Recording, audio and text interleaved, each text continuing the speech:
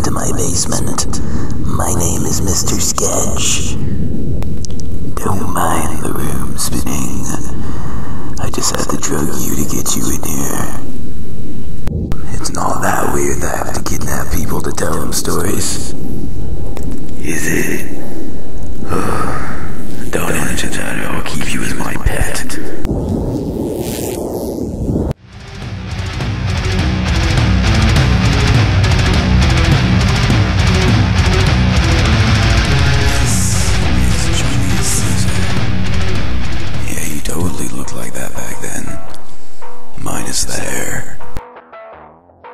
The Roman Empire has expanded to most of the known world, and as the dictator of this great empire, he's very proud.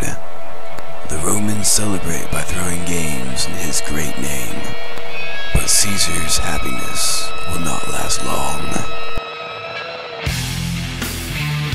Two Roman senators by the name of Cassius Longius and Julius Brutus feared Julius Caesar.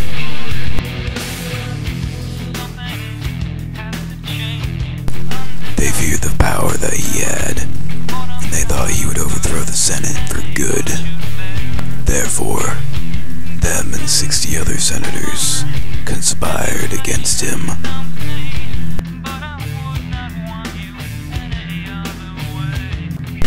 They came up with a practical plan. They would lure Julius Caesar into the theater of Pompeii as friends, and once he came to embrace them, they would all stab him at once. Mark Antony, a loyal general of Julius Caesar, caught wind of this and tried to stop it, but he was not successful as Julius Caesar fell to the ground. He looked up at his old friend Brutus, and he cried, "You too, Brutus?" Then fall, Caesar.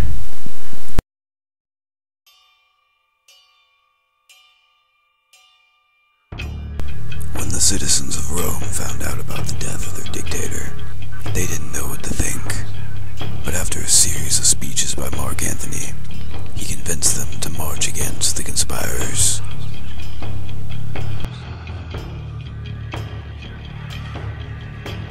Cassius and Brutus fled to northern Greece, where they raised an army. They knew that Mark Antony would retaliate, and if not him, then the next dictator in line, Octavian.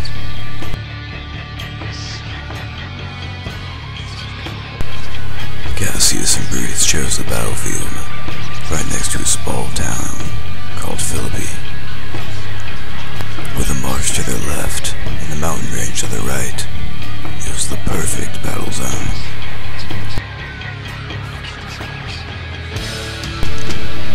On the east side of the battlefield was Cassius Longius and Brutus, and on the west side of the battlefield was Mark Antony and Octavian.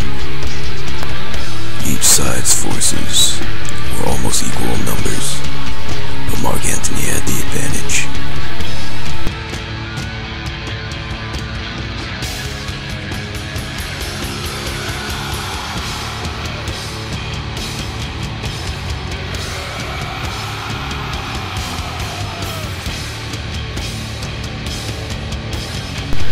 Cassius and Brutus knew that Mark Antony had the advantage, so they built a wooden palisade right in between their forces, just to take the defensive maneuver and hope for the best.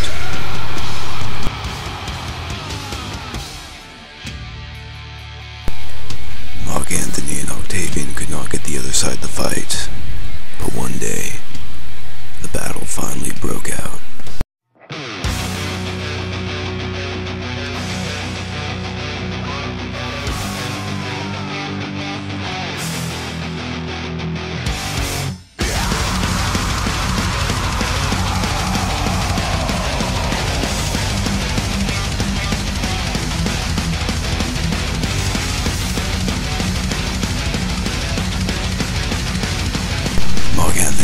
some of his men through the marshes to the south. They were able to cut a pathway through, and then send some men towards Cassius's camp. But soon enough, Cassius noticed and sent a counterattack towards that direction.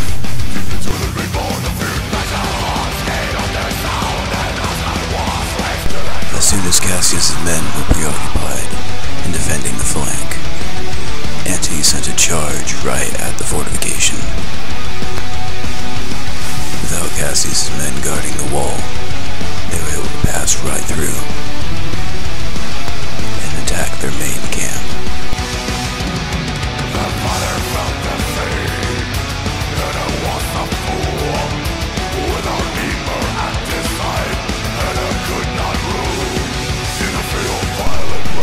Up north, Bruce's men got restless and without the order, attacked Octavian's camp, which surprisingly worked very well. Octavian's men were routed, and Octavian himself retreated as well. Although Octavian just retreated to Antony's camp.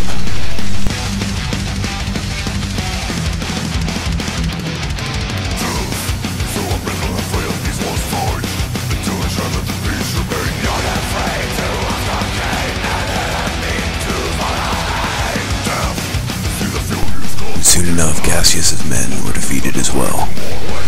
Cassius himself fled to a nearby hill to see what was going on. Cassius, looking out towards Brutus's camp and seeing no one there, assumed that Brutus was dead and they were defeated. Therefore, Cassius turned towards his so-called freed man that he has captured in Parthia, and ordered him to end his life instead of having to taste defeat.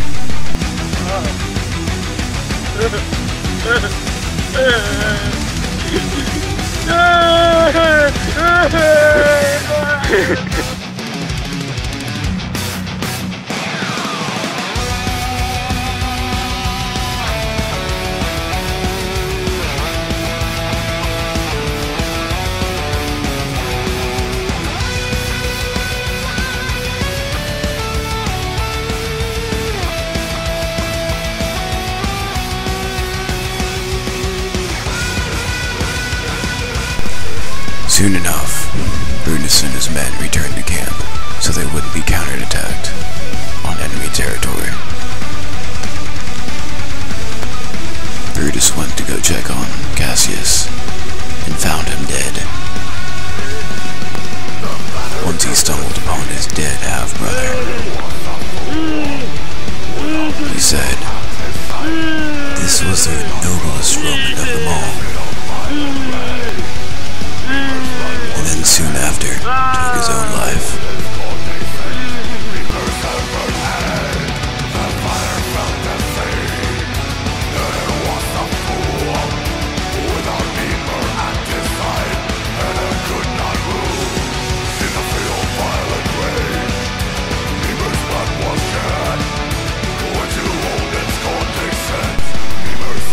When Mark Antony and Octavian stumbled upon the two dead bodies, Mark Antony called them honorable and brave, even though they were his enemy.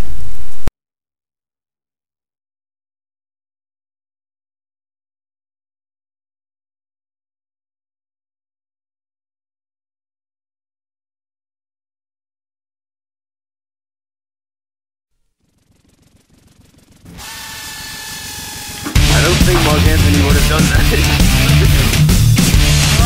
Don't worry, man. Okay, I'd like to go stab something.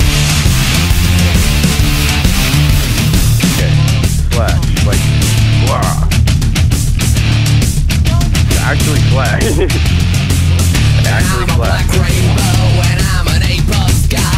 Not half-assed, like you're actually gonna kill someone.